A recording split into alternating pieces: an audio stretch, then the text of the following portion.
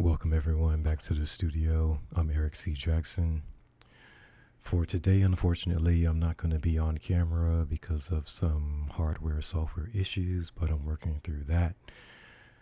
For right now, I'm going to just give some updates on what I've been doing because I've been not in front of the camera for a while, and I've been working on some things behind the scenes, obviously, for the studio and just trying to clear up the direction that I'm going in and looking at 2025, what my goals are for next year.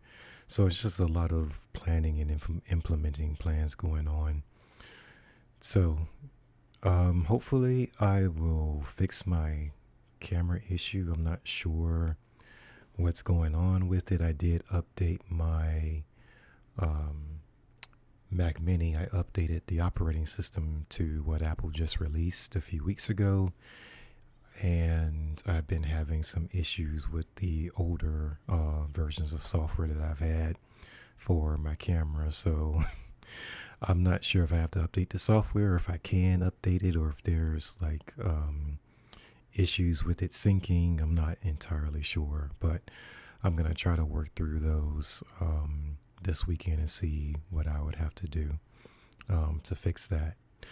But for right now, like I said, I'm gonna go over what I've been doing the past month or so. And as I put in the community post on YouTube, I'm working on my profiles for my artwork.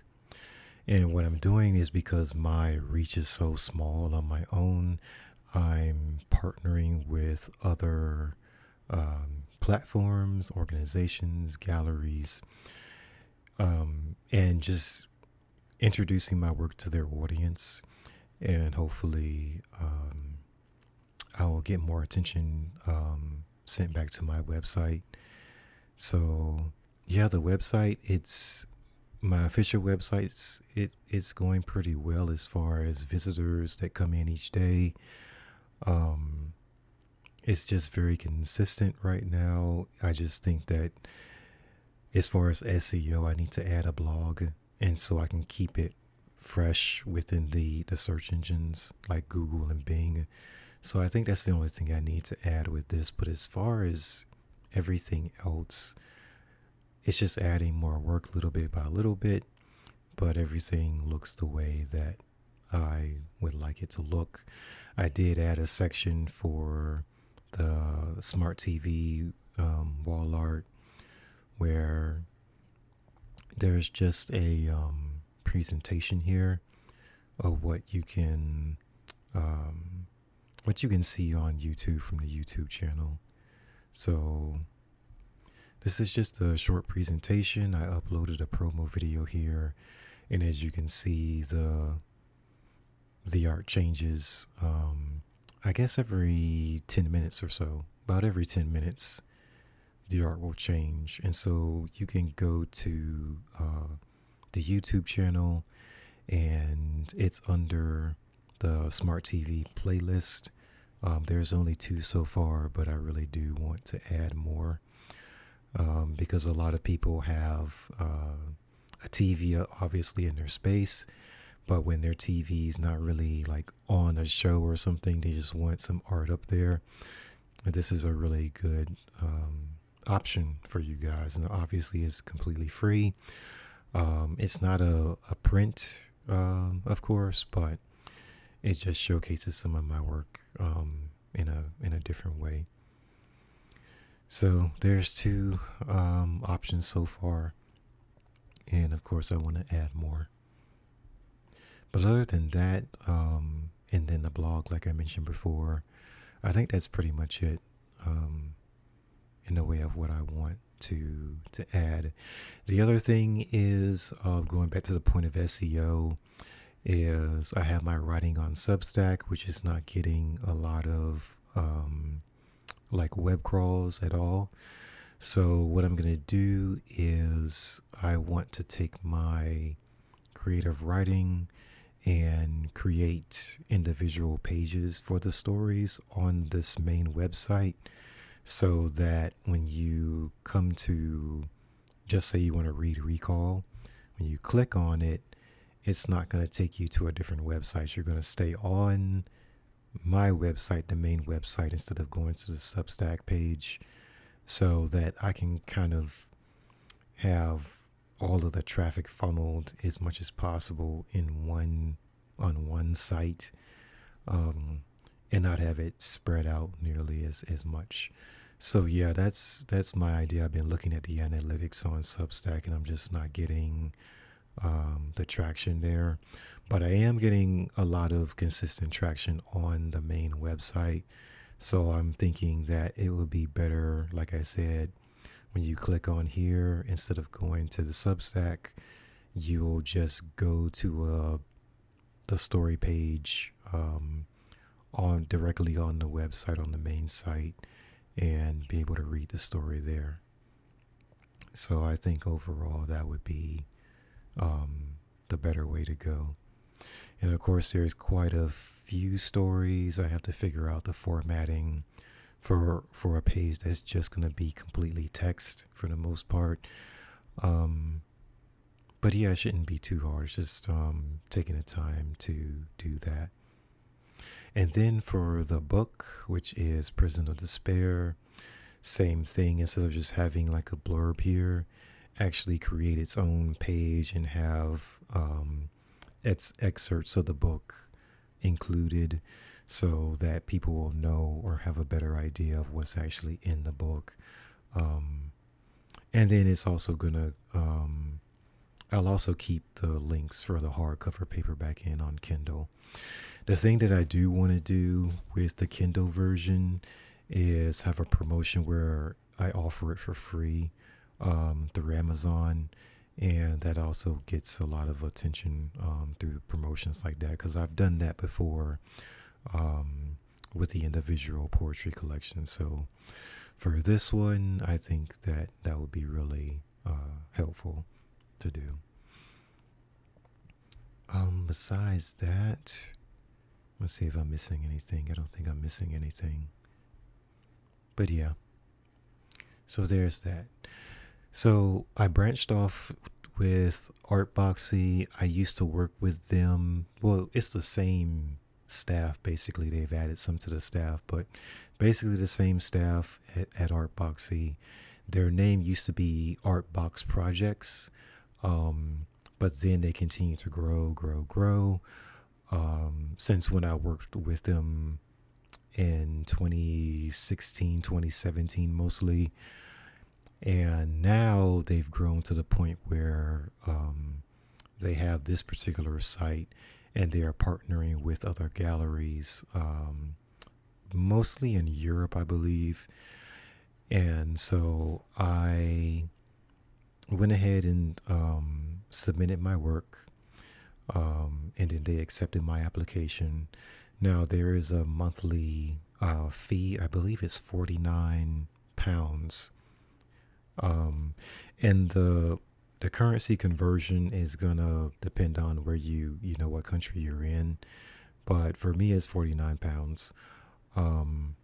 In US dollars, it's like $53, $54, depending on where the conversion is. And that's constantly changing. But I'm able to put as much work on here as I want. For right now, I've got 27 pieces on here. And it's not very, in depth, but you just click on it. There's my work is here. There's likes, shares, comments included on here. People can bookmark it. And I just have one size that's available.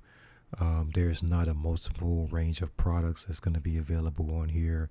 It's just basically a portfolio of my best pieces or pieces that I really want to feature. And so down here, I have in the description, it's available dimensions from 8 by 12 to 40 by 60 on various paper types and print products, including frame prints. And if people want more information, they can just contact me. because a lot of times they'll see something, a collector will see something and say, okay, can I get it framed? Or sometimes they want it face mounted on acrylic. Sometimes they want it on metal. Sometimes they want to print on canvas. It's just different, you know, print types that you can get, different products that you can get. And so I just put something like very basic on here, just to introduce my work. And that's it. I think I have 27 on here so far. I might add a few more to push me up to 30, but I'm definitely not going to put my my entire collection up here because it's just time consuming to do it. So that said, this is basically my foundation. And let's see the galleries that they're partnered with, partner galleries. We've got Venezia in Italy. We've got Nicoletta in Berlin. The one in Paris, the Art Expo for Paris, we just closed that one on the 20th. It was a 4-day event for Art Expo Paris 2024. So that was my first partnership or collaboration with them where I had my work shown on a digital screen, and I'll show you guys that a little bit later because they did take photos and video, things like that. We've got another gallery here in Italy. We got Casa del Arte in Spain. And then this one is, I'm not even going to try to pronounce that name, but it's in Dubai. Oh my goodness. But yeah, so one of the curators, they contacted me a few months ago, and I kind of pushed off like looking into the opportunity. But she kept sending me emails. And so finally I said, okay, let me put the funds aside for the monthly fee. And the first 30 days are free. And yeah, I haven't even been a part of this 30 days yet. I think it's going to be on the 27th. On Sunday will hit 30 days for me. But she saw my work and she said she thought it would be a good fit. And so I went ahead, and you see like this little part up here, it says this month. So these are the 3 that I sent her for the Art Expo in Paris. And then once I sent that to her and I started adding more work to my profile, I got an email from the Thompson Gallery. Let me see if it's here. Thompson Gallery. Oh, here we go. I missed one. Okay, so Thompson Gallery is in Zug, Switzerland. I have exhibited some work there before because that's where the Art Box projects from 2016, that's where they originated. They're from Zug, Switzerland. They also opened up another branch in Zurich, Switzerland. But Thompson Gallery is a completely different gallery that they have partnered with in Zug. They contacted me about masonry and said that they really liked it and thought it would be a good addition to their exhibition next month. And I believe this is going to be digital as well. But yeah, they sent me an email, and I went ahead and made sure that this file is pretty it's a pretty good size as far as a print size, even though it's not going to be printed. When you have your work on screen, like as a part of a slideshow presentation, you do want to have 300 DPI and make the file size as big as you can.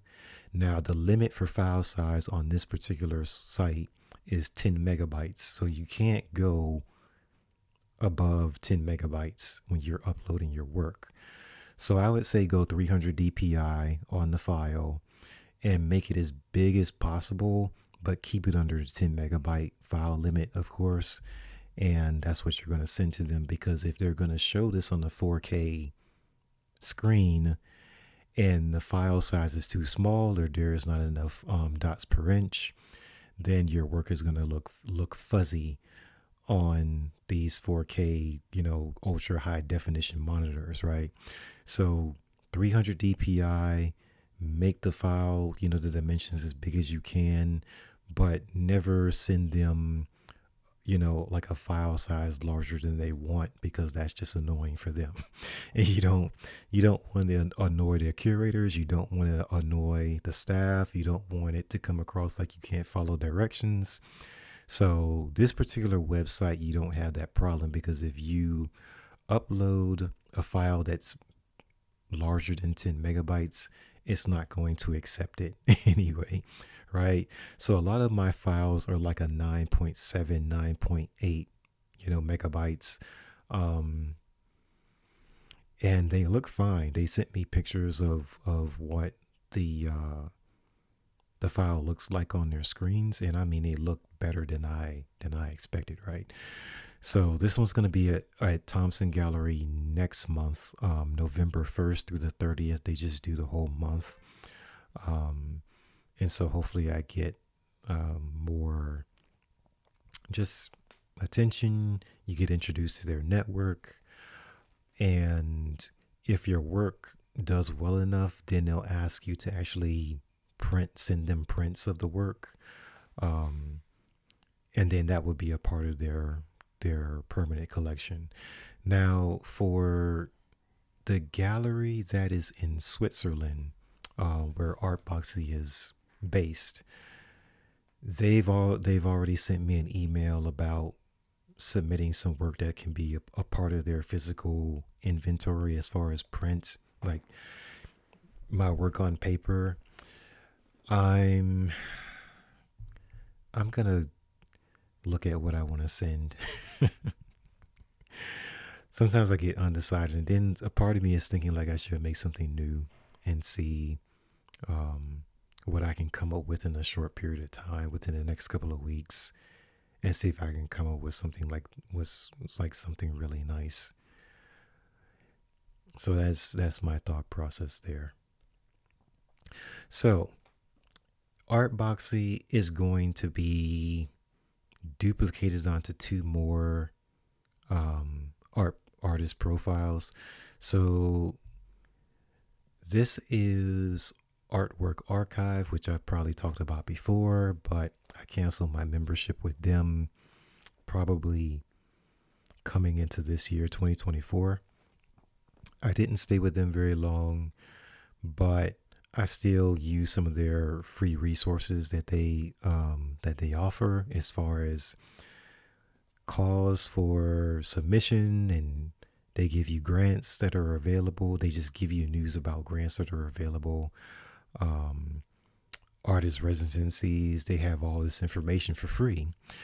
And so I continue to follow all of that information, and I just felt like this would be a good space to have my work shown as far as to their network. And so I reopened my account. I didn't get the same tier. I have a lower tier because, again, I'm not going to post all of my work on here.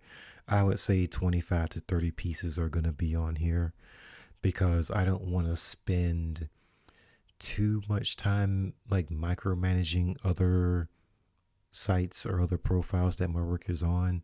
So I'm going to keep the inventory on here pretty small, but just have my best pieces on there, or what I think is my best pieces, just to give collectors an idea of the style of work that I have, making sure that there is some consistency here, but just having also a range of different subjects that are available as well. So yeah. And of course, all of this leads back to my main website. There's an inquiry button here, the purchase button for this particular size. And then in the description, I just let them know that there are multiple sizes available, multiple print products available. And then if they want to see that part of it, I think it is on the purchase button. Yes. So if they go to purchase, then they'll go to my website, the main site, and they'll be able to come up here to product selection. And here's all of the products that are available. So there's that. And all of this, I don't have to micromanage as I've said before. So once I set up all the product pages and link the image to the product list, everything else takes care of itself. So they can come here, order whichever paper type they want, customize it however they want. It goes directly to the lab and they ship it, all that type stuff. So I'm happy with that part of it. All right. And so the last one that I'm working on is Apricus Art Collection. They have about 160 artists that are on this site. And so the owner, he created a page for me. And slowly but surely, I'm adding my work on here. Now, a couple weeks ago, they made it a lot easier for me to add my work on here because I was a little bit confused about the user interface. But he posted the first 5 images on here, and then I added 3. So for me, I just put the main image and then the secondary image here. And so again, this one is going to be 25 to 30 images will be here. And Apricus gets a commission on whatever is sold through their website. So there's that. And then also once this profile is finished, then the owner has agreed to introduce me to their audience through a podcast. And so as I'm completing these sites here so that they look like Artboxy, then I'll go ahead and schedule that with him. And that'll give me an opportunity to introduce my work to his audience, to their audience, and and go from there and see how people respond. So there's that. Their homepage, I mean, I was really impressed by it.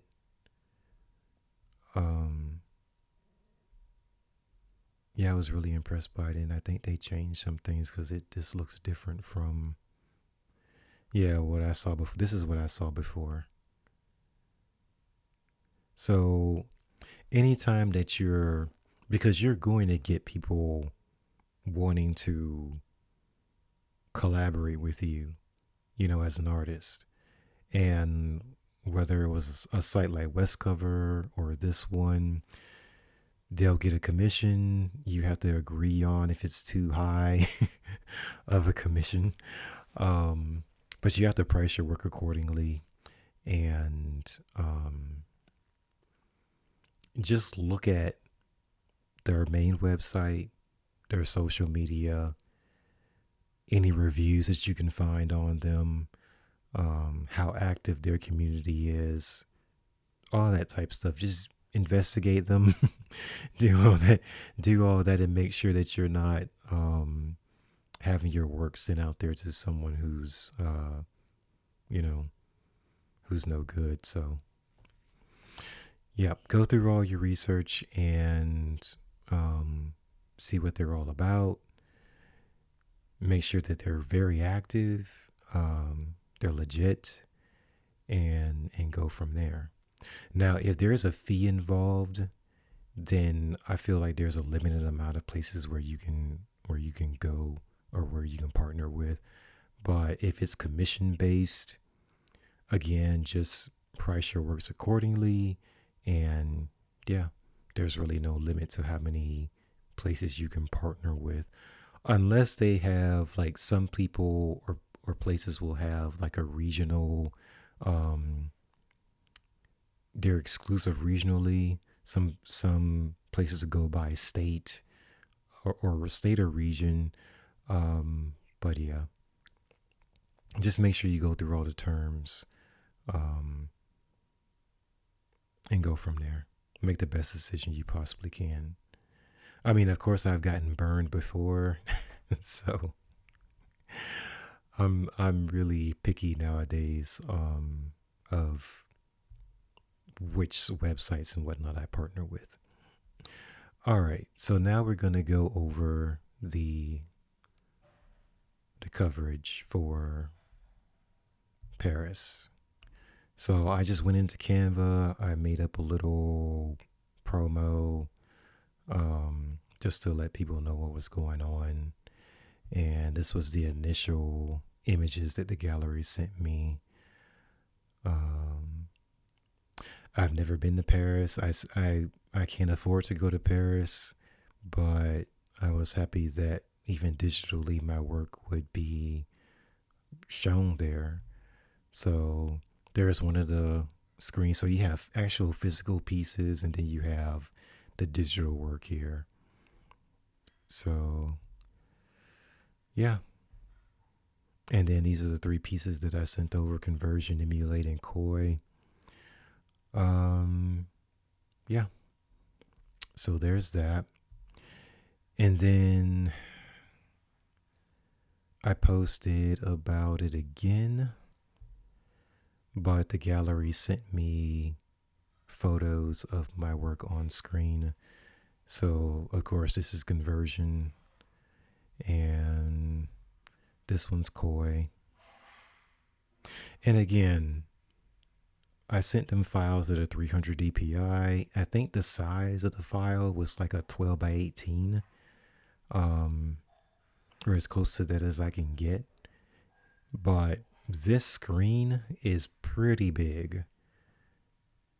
So definitely that's what I'm saying. Like, make sure your file has enough pixels in it so that when it's on screen it doesn't look blurry. And then there's emulate on this one. That was the other question I had too, is that if you send them a portrait format, they're gonna put it on the portrait screen. If it's landscape format, then they're going to put it here. That was the question I had too, because sometimes galleries won't differentiate between the two. So if you have something that's portrait format and they put it on a landscape screen, it's going to look pretty small, right? And vice versa. Like if you take something that's landscape format and you put it on a portrait screen, it's going to be really small, and then you're going to have these thick black boxes on the top and the bottom. It just doesn't look as good.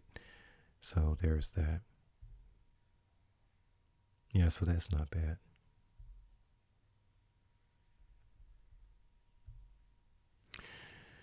And then this was A21, which I'm trying not to go off of subject, but I'm going to come back to this one. I photographed this event on Saturday, but I want to dig into what it's about. This is a video that one of the curators took. So this is in Paris. Let me see if I can.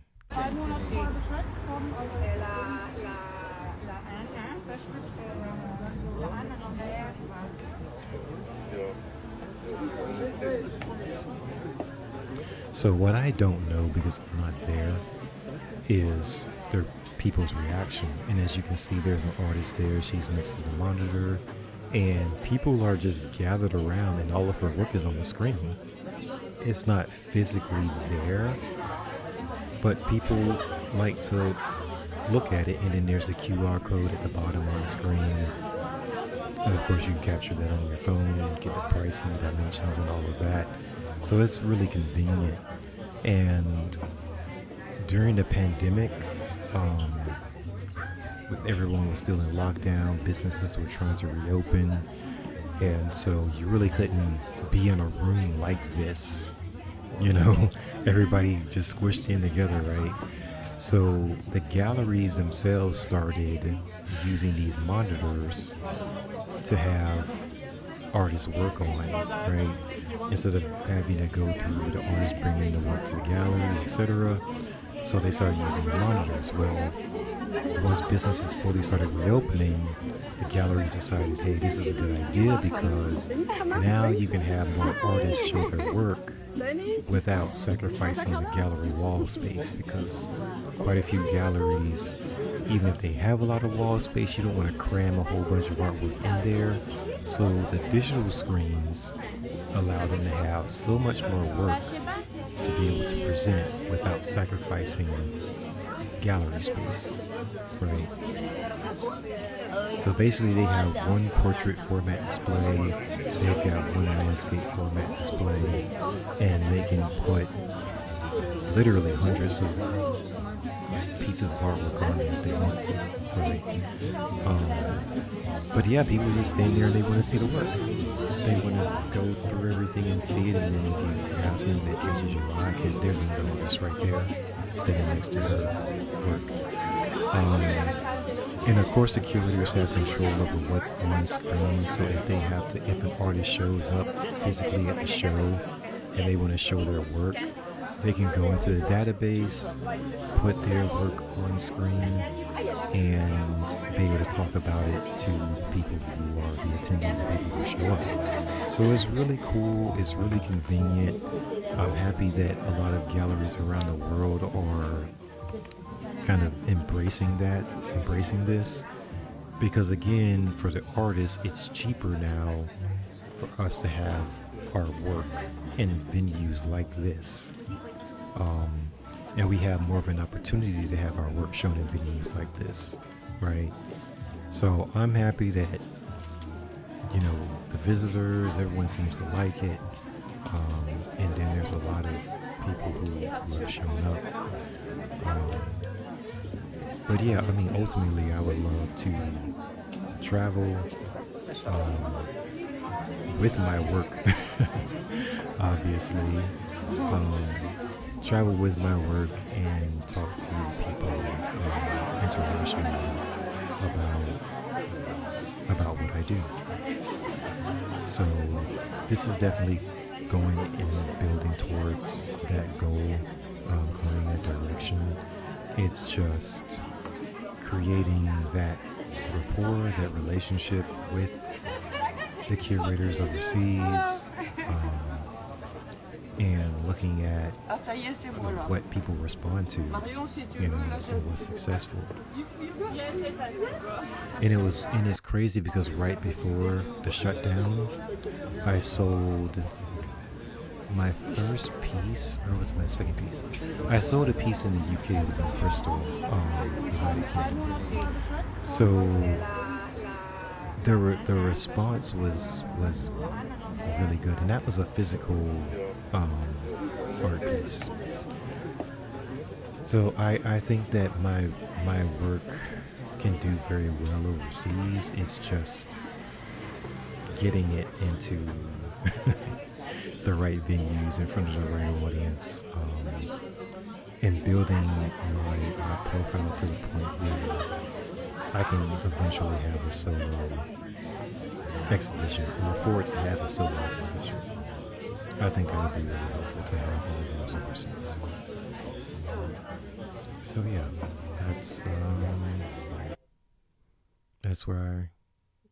where I'm at. Now, small tangent over to A21. This is the 10-year anniversary for the Walk for Freedom. I think this was 3 years? Yeah, the third year in a row that I've walked. The second year in a row that I've been the photographer, one of the official photographers for the event. And we're basically walking to raise awareness on human trafficking, right? And everything that's thrown into that, right? So these are some of the photographs that I captured, and it's it's rough because there was a lot more people this year. So my job is to capture as many people in it like the best I can as possible. So I basically have to, as we're walking, I have to catch everybody that's in line and then go back to the front of the line.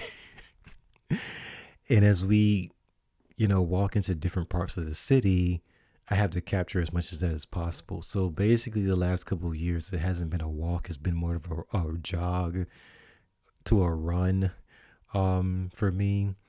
And so, but yeah, but for it's like I watch the news, right? I watch the news probably a little bit too much, but I watch the news and I see what's going on, um, in our country, especially, but really all over the world. And I felt like, I need to do something.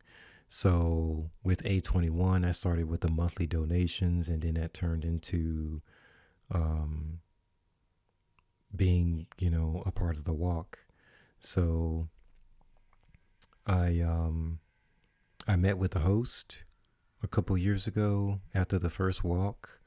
Um, and yeah, I've every year in October, there's a walk globally, like around the world. There are signs, people holding up signs in all these different languages, and yeah, it's a global uh, event. Like it's crazy, massive, big. So I'm just happy to be a part of that. And it's one of these, human trafficking is one of these issues where I feel very small because I mean, it's like a multi billion-dollar industry globally. Like, it's a problem in Europe, it's a problem in Asia, it's a problem in the Americas. Americas, um, it's a huge problem. So, yeah, and the more and more we watch the news, the more we realize that it's a huge problem that doesn't get the coverage that it's supposed to have or should have. So I mean, it's one of these things where, I just want to do something, and obviously I have a camera. I feel like I'm pretty good with the camera. So yeah, I it's something that I can do. I was so nervous too because the day before on Friday, it was like overcast and kind of not a great looking day. So I was like praying that Saturday, the next day wasn't going to be like a mess. But yeah, as you can tell up here, uh, it's mostly blue skies. Mostly blue skies. The sun for so early in the morning, the sun was really intense. Oh my gosh.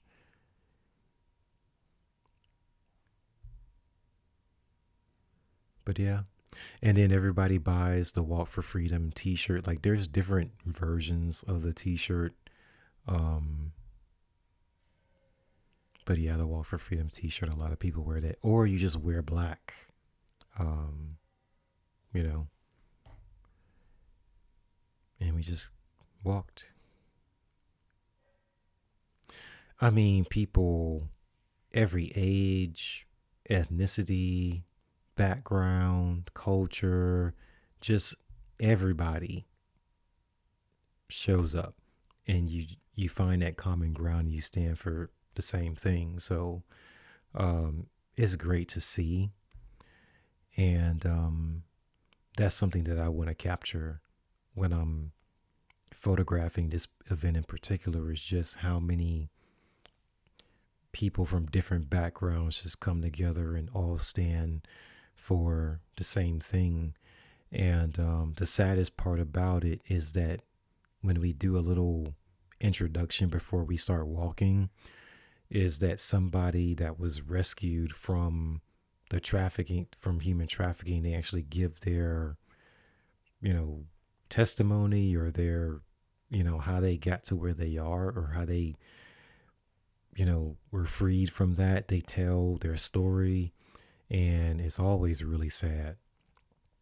Um, but you see how people escape that life, and they have to learn how to move on, and put their lives back together. So, oh boy, it's rough. It's rough. But that's what I did last Saturday. Um, Man, 10 years. So now on my YouTube channel, I have cut the playlist down quite a bit. Um, Here's the wall art for Smart TV. Now the resolution is going to be 4K Ultra HD, which is pretty good. And I figure because I have a 4K Ultra HD, so I figure if it works on my television, um, it'll work for everybody's, right? Now, if you're gonna go really fancy and go 8K, then this is gonna have some pixelation to it for sure. But I don't think that 8K televisions have really gone mainstream because they're so expensive. Um, but that's going to be the next thing that everyone's going to want, something in 8K, which is double the size, obviously, of 4K. But I split everything up. I took out or deleted videos that fall outside of these categories. And as I probably said before, I just want to continue to add on to this, to these playlists, and go from there. I have tried to use the community tab more. um, I've tried to. I've tried to. But yeah, so it's still there. And the thing that I do want to do is update my introduction video because the direction that I'm going with the channel, uh, it's got some slight variations to it, you know. But I definitely want to be more concise, have better presentation for the intro. So I've got some ideas. I just have to take the time to put the video together. Now, in terms of software, I did get through the trial version for Final Cut Pro. I learned not everything, but I learned enough to put videos together. I absolutely love it. It's better than Canva because you can put videos together in Canva, but with Final Cut Pro is so much easier to put video together, add audio, detach the audio from the video, splice, cut. The fading part of it, I don't have that down just yet. All the organizing of the files, I don't have that part of it down, like completely know what I'm doing, so I got to learn more of that. But just the editing part, the non-linear editing part of it, is so much easier, right? That part, like that was the part that kind of scared me the most, that I thought that I was going to have trouble with it, but that was the easiest part. The hardest part, like I said, was how to create folders in the right spot, how to manage the videos with the correct file under the correct project. What do I do when I'm switching projects? That type of stuff. But the actual editing of the video and detaching the audio and stuff like that part I got it down. Because I was already doing linear editing, like in Windows Media, or was it? No, it was Windows Movie Maker.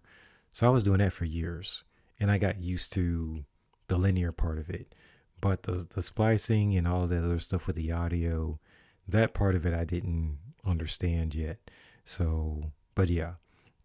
So I think that'll work really well. Um, I'm definitely gonna have to budget for that because the version that I want is 300 for it. So I have to budget for that one. Now, I finally decided what I'm going to do with Spotify, which is I'm going to change the category to art because the subjects that I go over are all over the place. Like they're all over the place. So I'm going to stick with art. I can have some personal things in here and there.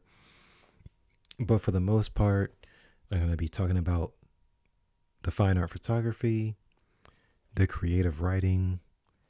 That's it. I'm not going to go into news, politics, food, none of that stuff because people get confused about what I'm actually covering in terms of category. Um, so yeah, I'm gonna do the same thing that I did with YouTube. Simplify the content, and then the news, the politics, food, whatever that's gonna go. It's gonna have to go someplace else, right? I don't know if I'm gonna make a new podcast with the other news, politics content. I'm not sure because the politics content on here probably has like the second most amount of views um on here on Spotify. So I know there's an audience for it, but I have to be consistent, like I said, with the the subject matter. So I can't, jumping to different like subjects that are too far apart. I think I can still have the fine art photography and the creative writing together because to me that's just like the creativity of the studio, right? It's under the same umbrella. The news, the politics have nothing to do with the studio at all, right? Now, as I like for this one, poetry, the poem Skin, that has that's gonna bring in some of that into it because I have to discuss the content of the poem, but it's not gonna be like I'm talking about something currently, like current news or something like that. Explicitly, right? It can dig into what we're going through as a society, that type of thing, but it's not going to be like a news channel, you know? It's definitely not going to be that. But I've looked over the categories that are available in Spotify and I felt like the art category, it just for what I want to talk about and to get the work out there, I need to put this under the art category. So everything that's about the Olympic ceremony depiction, stuff that's about the former president, what the attempted assassination, like that type of stuff, the presidential debate that I went over, which didn't get any plays too far out, like it's not even in the same category. So all this stuff is coming out, um, and yeah, it's just gonna be the focus is on art. So I'm just gonna have to figure out where I'm gonna put these files because they're gonna sit in a folder for a little bit, and then I have to figure out the branding for if I create a news channel, how am I gonna brand it, that type of thing, right? Um, Putting it in a category is easy. It's gonna be under news and politics, right? But how do I want to present it? What tone do I want to have? How many different subjects do I want to go over? How much do I want to publish it per week? Um, that type of thing. So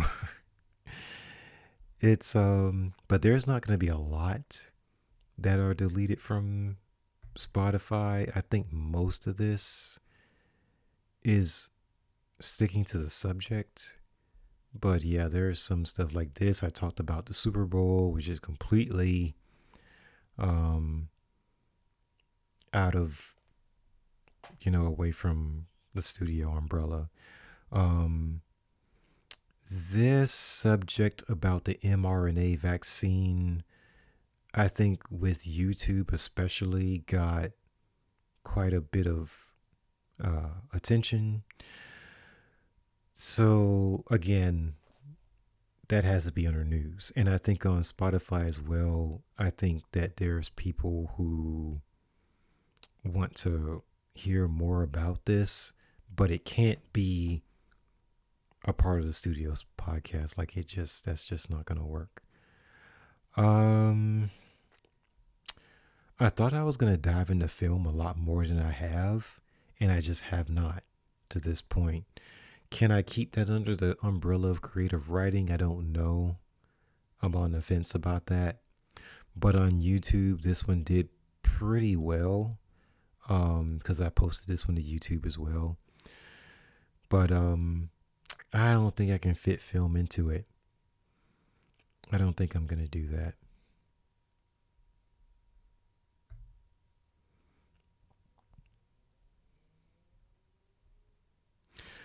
This one, vaccine, politics,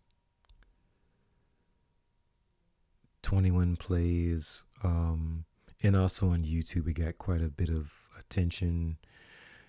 But yeah, it has to be separate because it's not the same. It's it's not under the the studio umbrella. It's not there. So yeah, I'm gonna go. I've got 85 episodes right now.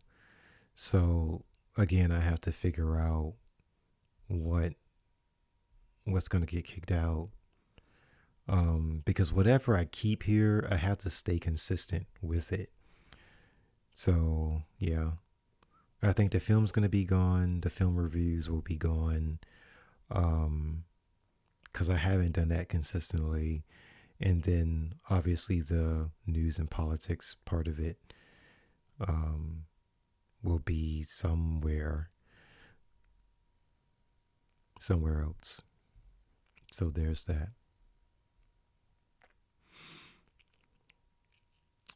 And also, well, yeah, since I've been away, um, I also revived my other channel. Um, hold on. And this will be the last thing before I go. So yeah, I had so many things like crunched together as far as subjects that it's it can be confusing. So this is completely different. Um this is my archive for video games. I don't know how many of you guys play video games, but I mean, I've been playing video games since I was a little kid. So I created a channel to keep my memories of certain levels or missions or whatever that I play, and I just threw them all on this channel. There's already 258 videos. The problem is that they are not titled or organized in any particular way. They're just in here. Um, but there's a bunch. And obviously, these are just taken right off of the gaming console, and I threw them on here. Um, so, yeah. And let's see, we're going back 4 years ago. Yeah, 4 years ago. And this is stuff that like I said, I've played through all these missions, and so the cinematics I always get because I in terms of inspiration, that's the word I'm trying to think of. In terms of things that inspire me, if you play like a triple A, like a high budget video game, the artwork, the character design, the environments, like everything has to be so, you know, everything has to be done so well that as far as creativity, it really inspires me. And then I also get into the storytelling, which goes into the creative writing side of the studio, where how well can I follow the story? Do I like the story? What's interesting about it? What's lacking? That type of thing. So with this particular game, Destiny 2, I started writing um, like my own version of what was going on in the story campaign. Just and it's a really good way just to practice something, right? So it kind of dives into fan fiction, and so that's I mean I started doing that years ago. I haven't done any fan fiction in a while, but every time I play the game, um, I think of something that I usually wouldn't think of, right? So this channel is basically to get me away from just focusing on the studio. I think this year I don't have as much time to play the game, obviously, because I'm trying to ramp up as far as like leaving my day job and going to this into the studio full time. So I don't have as much time to play. But the past few weeks, I decided to actually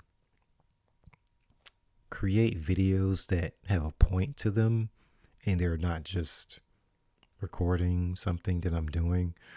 Um, and the one that I made about 2 weeks ago, it's got 167 views. Because since I don't, since I really don't have time to play, I'll get to Friday or Saturday and I'll jump on the game and I'm like, what is going on with like we've come into a new season, a new episode. They're telling us a new story, and you have to go through the playthrough, and it's like, well, I'm trying to figure out how to do certain things, and sometimes they make stuff so complicated that you have to go on YouTube and say, how do I do such and such, right? And so that's what I did. Once I got on YouTube, I started finding certain people's videos that tell me how to do certain things. But then I said, you know what? I need to simplify this so that I can understand it, right? And so then I decided to create my own video guide about how to do certain things in this particular activity. And about 2 weeks ago, I posted it. So right now it's at 167 views. But I run into that quite a bit, right? And so I'm like, well, maybe I can just, I don't know if it's gonna have a huge impact, right? But I figure since I do play the game on the weekends, like I can talk about certain subjects. Cause I mean, I've been playing the game for 7 years, 7 years, something like that. But anyway, I've been playing the game for years, right? So I know the game like the back of my hand, but anytime they introduce like new mechanics and something I get, confused. And then I go on YouTube and I have to look for like how in the world am I supposed to do this, right? So yeah, I started doing that. The last two videos I've had a subject that I focused on and I just talked about that. Um And obviously, come to find out, once you start typing in a YouTube search, you'll see the same subject start popping up because everybody's looking for that information. Like, how am I supposed to do this, right? So I think this will be really good. Um, I will probably keep this to a Friday, Saturday recording Um, because definitely like Monday to Thursday is just compacted with stuff. Um, and then by the time I get to Thursday night going into Friday, like mentally, emotionally, I need a break. I need a break. Um, or sometimes if I'm working on a project and I feel like I'm either stuck or it's just a drag. It's like dragging out. It's just a long process. I'm like, I need to take a break. And so, in taking a break, I usually pick up the game. I'll play for an hour, 2 hours. I get refreshed. Okay, I can go back to it, go back to the project, go back to whatever, right? But it's like I can't sit for I can't sit for too long, or go throughout the week for too long without getting a break. It's like sometimes it can be a Monday and I'll come home and it's like I'm out of it and I just want to take a break. And then I'll play the game for like an hour, hour and a half, just to get away from the regular routine, and give my mind a break, a rest. So that's what this page is for. Um, and it's been that way for a long time. I just want to take it more seriously, and see what happens for sure. But yeah, it's completely different than the studio channel. But in terms of like content, or if I was to make an intro video for this channel, it'll be incredibly easy because I got a bunch of content, right? But again, I would probably need. It will be easy. I can do it in Canva.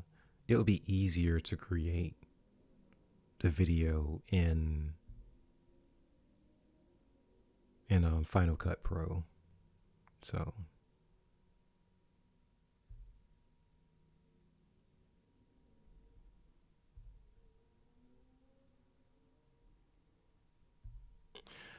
all right. Um, I believe that's it. That's all I have. I believe that's all I have. But yeah, for the artwork, I feel like what I'm doing really is my focus is going to go towards the international audience. Um, they're responding to my work better. Um, I, and I think there's going to be more opportunity there. It seems to be more opportunity there because I've had more exhibitions overseas than I have had locally here in Florida, like, or just in the United States in general. Like, I've had way more exhibitions overseas than I've had here in the States. So, and I might have mentioned it before, but I've talked about this with other artists. They express the same thing. They would say, okay, if when you're just starting out, the the the audience outside of the United States, sometimes they go to Canada, Toronto, but outside the United States, there's just, I don't know, it just seems like it's more open, um to artists. But the problem for me, um is that I'm not able to travel with my work, because what really helps you sell the work is that the collectors, the visitors, the attendees, they're able to meet you, talk about the work, talk about which print types are available, that sort of thing. You get that one-on-one.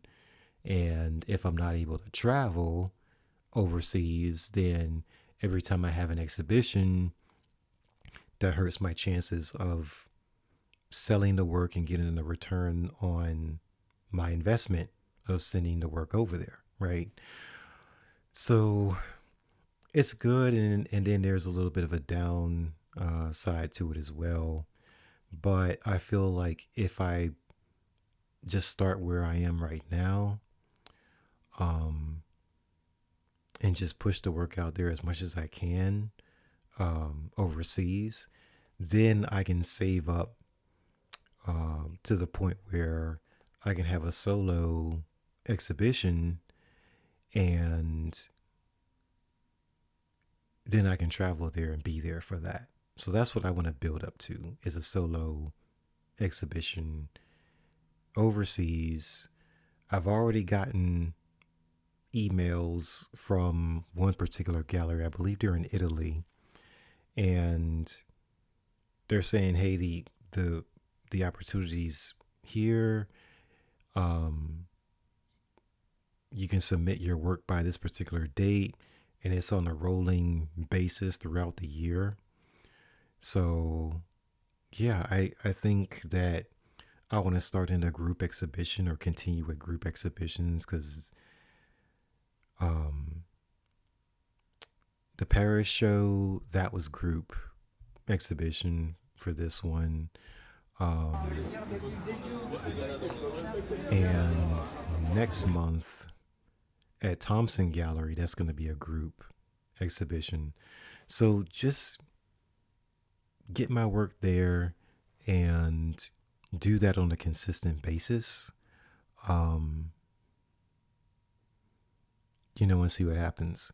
So if you are interested in, before I close, if you're interested in joining Artboxy, like I said, it's, I believe they're using pounds. It's 49 pounds per month. You get to have 3 images on screen per exhibition. I believe that's how this one worked. Is you get to have 3 images on screen.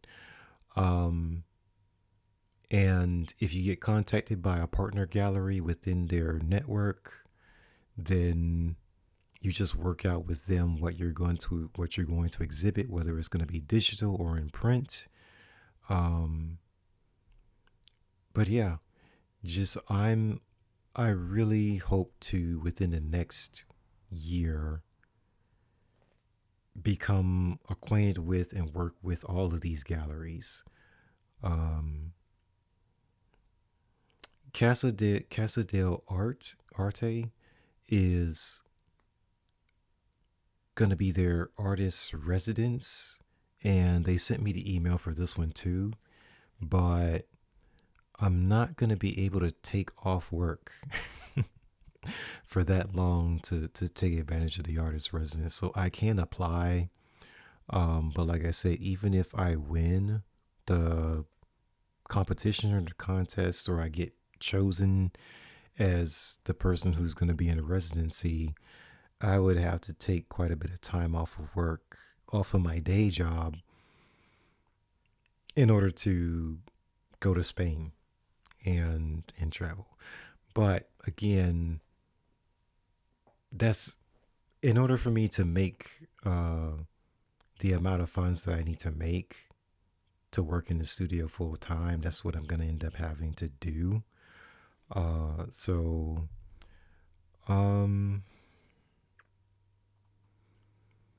I'm going to do my best to go through the rest of this year into the summer of next year, and by the fall of 2025, just see where I am in terms of working in the studio full time. But I have to build up a lot of momentum from now until summer of next year to see, see people's response, see how they respond. So there's that. Yeah, Switzerland, Spain, Dubai, Italy, France, Germany, and this is Venice, Italy again. And then the other organization, I believe they're called Is Liquid. They sent me I still get the newsletter from them, and I believe that one is in Rome, Italy.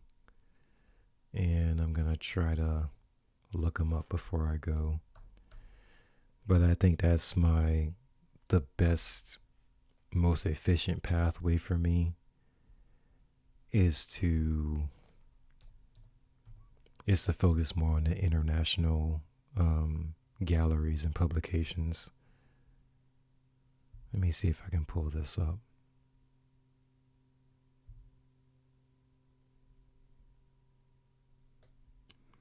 Okay, here we go. It's Liquid. I'm going to dig more this weekend into their pricing, how much they charge to submit, that type of thing.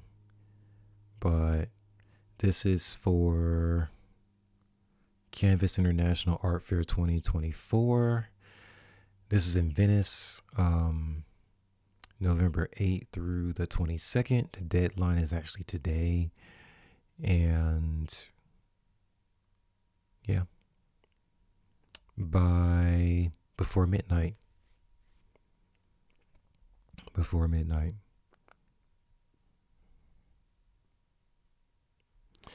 But it's pricey. It's pricey. So this is what I'm this is my ultimate goal, is to be able to participate in events like this. And I just think that I think my work is in a good place. And obviously I'm going to have to continue to create new work to show them. Now for It's Liquid, they sent me a small list of pieces that, because they went to the site and they already picked out the pieces that they want. I think one of their favorites is number 12 from Dream State. This is one of their favorites. Oh, this one's number 9. Yeah, so this is one of their favorites. So yeah, their staff emailed me and let me know which ones that they like. So it's helpful. It's helpful. But yeah, this one in particular, just to participate. Yeah. But as far as the funds right now, I'm just not able to afford everything. Some galleries, they will have you also pay or contribute to the marketing part of it, because you have brochures, you have catalogs, you have advertising and all that stuff. And so all of that will be in your contract terms, as far as if you owe them or a specific percentage for that from the artist. But yeah, I have submitted my work before and was accepted before, but then when I got the contract and looked at the price points, I was just I was hurt. It's expensive. So, like I said, I know for a fact that they like my work, and I'm keeping track of everything that they're doing as far as exhibitions over there in Italy. But yeah, I definitely have to take steps up to that point. But for sure, it's definitely one of my goals. So that's next year. That's where I want to be next year. All right. Thank you, everyone, for your patience, sticking with me. Again, I don't know what's going on with my camera software and why that's not working properly. But I just wanted to let everyone know that I'm still moving forward. I'm going to continue to post updates on my social media accounts like Instagram. I'm going to try to remember to use the community tab on YouTube even more. So there's that.